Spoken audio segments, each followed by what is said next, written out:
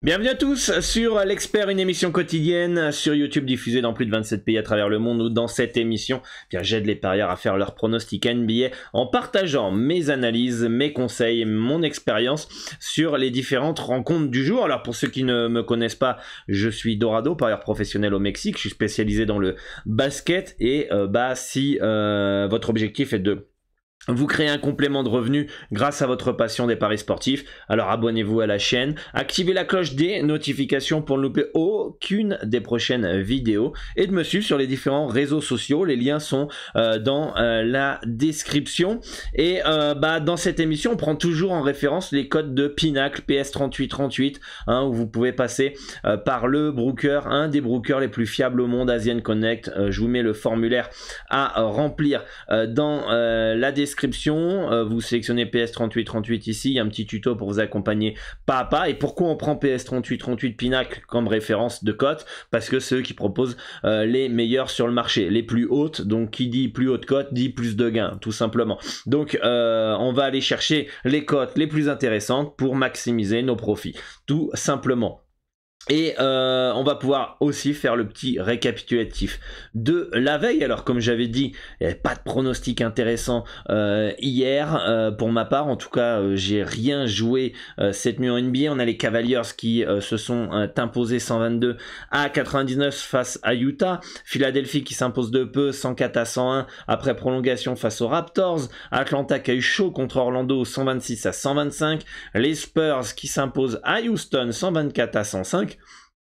On a Minnesota qui bat Dallas 116 à 106. Milwaukee qui va gagner chez les Pélicans 128 à 119. OKC qui s'impose de peu face à 123-121 et les Suns qui battent facilement les Lakers qui étaient privés de LeBron James 130 à 104.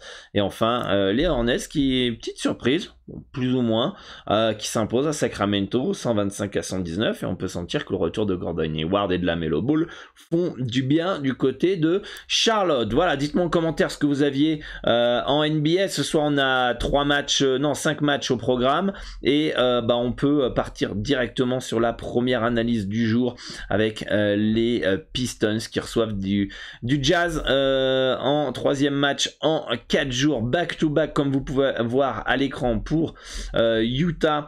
Et ça, c'est des configurations un peu pièges. On a vu quand même que nos amis des Pistons sont un peu mieux dernièrement. On peut voir d'ailleurs que les bookmakers cotent très légèrement favoris le Jazz avec une victoire potentielle de 3 points, du moins l'écart, l'handicap est de -3 + 3, donc ils sont pas non plus ultra favoris le Jazz. D'ailleurs dans mes projections c'est une victoire 118 à 116 pour Utah.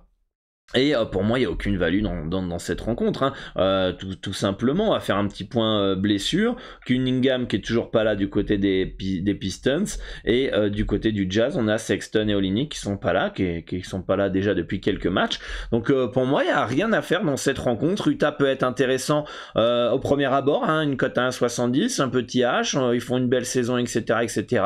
Mais comme vous le savez, en NBA, les troisièmes matchs en 4 jours back-to-back sont souvent piège et du coup on a potentiellement un déplacement piège pour nos amis du Jazz et Pinacle qui, comme d'habitude, on dirait à 11h30 sort tout le temps, heure du Mexique, retire tout le temps les cotes pour les réajuster, allez savoir pourquoi, quand il n'y a pas forcément plus d'informations que ça. Peut-être qu'un trader humain intervient pour faire un petit point au niveau des mises jouées, au niveau des mises engagées, des informations qu'il a peut-être, pour réajuster les cotes. Donc pour moi, il n'y a rien à faire dans cette rencontre entre Utah et les Pistons. Match suivant, le Heat qui reçoit les Bulls. Chicago très irrégulier cette saison. Miami qui a pas mal de joueurs, un coup ça vient, un coup ça revient pas, un coup c'est probable, un coup c'est questionable, un coup c'est... Ça se joue pas, voilà, il y a Jim Butler qui est probable ce soir, mais on a Kylori qui est incertain. On a pas mal finalement d'aller-retour en l'infirmerie du côté du 8, donc ils sont pas dans leur pic de forme, on va dire, ouais, ils sont pas dans leur pic de forme, donc ils n'ont pas leur collectif qui est en place comme ça pouvait être le cas il y a certaines saisons où Miami c'est dur à jouer, c'est chiant, c'est complet, il y a de la profondeur, etc. Là, Miami, c'est voilà, un peu irrégulier. Les Bulls, c'est quand même décevant hein, cette année. On dirait qu'ils dépendent uniquement de Lonzo Ball. Hein. Pourtant, l'année dernière, ils avaient fait plutôt une saison correcte. Et Miami, pour moi, logiquement favori à domicile, hein, léger favori parce que les Bulls sont une équipe qui est capable de faire des bons matchs sur un soir. L'irrégularité du Heat aussi peut donner un certain avantage du côté de Chicago. En tout cas, c'est un match qui est assez serré, assez disputé. Le Heat a -4 en termes handicap selon les bookmakers. Moi, en termes de projection, j'ai un -3, donc on est plutôt ok. Je trouve pas que la value soit monstrueuse sur Miami ni sur les Bulls, donc voilà, pour moi c'est un beau match à regarder, c'est un no-bet, aucun pronostic d'intéressant sur les handicaps et sur ma stratégie ce soir. Les Knicks qui reçoivent les Warriors qui ont énormément de blessés, donc les Knicks partent logiquement favoris à domicile pour ma part, donc on a pas mal de joueurs absents du côté des Warriors, notamment celle de Stephen Curry. Klay Thompson est probable ce soir. Wiggins est incertain. La saison des Warriors est pour moi mauvaise et on peut pas dire que oui, c'est parce que Curry était blessé, etc. Ce qu'on a vu jusqu'à aujourd'hui des Warriors, c'est une dépendance de Stephen Curry monstrueuse.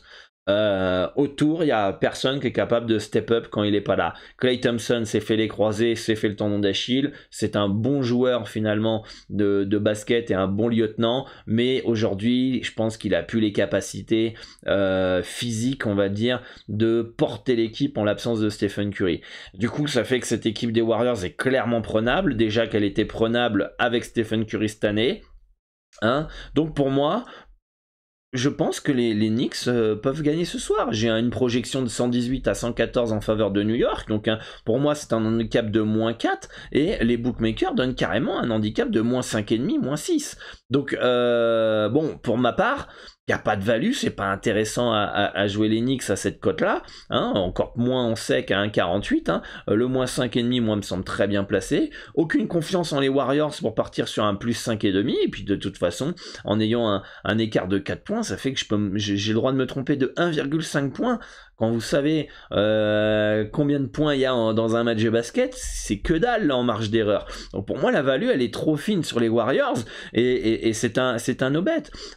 Tout simplement, il n'y a absolument rien à faire dans ce match-là. L'absence de Curry change pas mal la donne, évidemment. Et pour moi, voilà, les Knicks favoris à domicile, il n'y a aucun scandale, c'est bien placé. Et en plus, on peut voir que le marché continue de partir sur les Knicks, hein, puisque la cote du -5,5 est en train de baisser. Mais pour moi, il n'y a rien à faire sur ce match-là. Match suivant, c'est les Suns face aux Wizards. Alors là, je vous ai mis en conseil Wizards +7. On a une projection de 115 à 110 en faveur des Wizards, en faveur des Suns, pardon. On peut voir que l'handicap est de -7 pour les Suns de Phoenix. Phoenix qui a pas joué hier, Phoenix de mémoire. C'est Phoenix est en 3e match en 4 jours back-to-back. On peut voir que la dernière fois qu'ils ont joué dans cette configuration-là, ils se sont fait éclater, -18. D'accord, -18. Et Washington retrouve Bradley Beal, ça c'est une bonne nouvelle. Il manque plus qu'à Hachimura finalement à revenir dans ces équipes de Washington qui est au complet. Et du côté de Phoenix, on a Devin Booker qui est forfait lundi hier contre les Lakers. D'accord. Est-ce qu'il sera là ce soir? Je ne sais pas. Hein, je ne sais pas s'il va être présent ce soir. Pour moi, le +7 est intéressant uniquement si Booker n'est pas là. Booker, si vraiment il n'est pas là ce soir et etc. et ça reste à plus 7, alors le plus 7 me semble intéressant parce qu'on pourrait peut-être avoir en plus un troisième match en 4 jours back-to-back, Chris Paul qui soit pas là parce qu'ils vont le mettre au repos, il est plus tout jeune, il est vieux, etc. et ils veulent pas le blesser et je pense qu'ils risquent de le préserver. Donc du coup, je pense qu'il y a peut-être un coup à jouer sur les Wizards ce soir, plus 7, mais il faut attendre l'information Booker, quoi. À voir comment réagit le marché après, est-ce que ça va trop baisser ou pas pour Washington? Est-ce que finalement ça sera toujours intéressant? Est-ce qu'il faut spéculer sur les Wizards?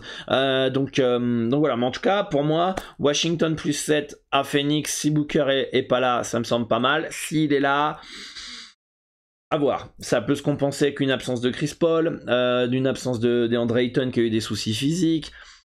Avoir un peu les compositions. Alors là, je sais que tous ceux qui n'ont pas écouté mon analyse ou qui vont être sur Instagram ou TikTok et qui vont voir que finalement il y a en conseil Washington plus 7, ils vont même pas regarder, prendre le temps de prendre 2 minutes pour regarder ce passage pour prévenir finalement que ça peut être intéressant uniquement s'il manque un joueur majeur du côté des Suns au complet.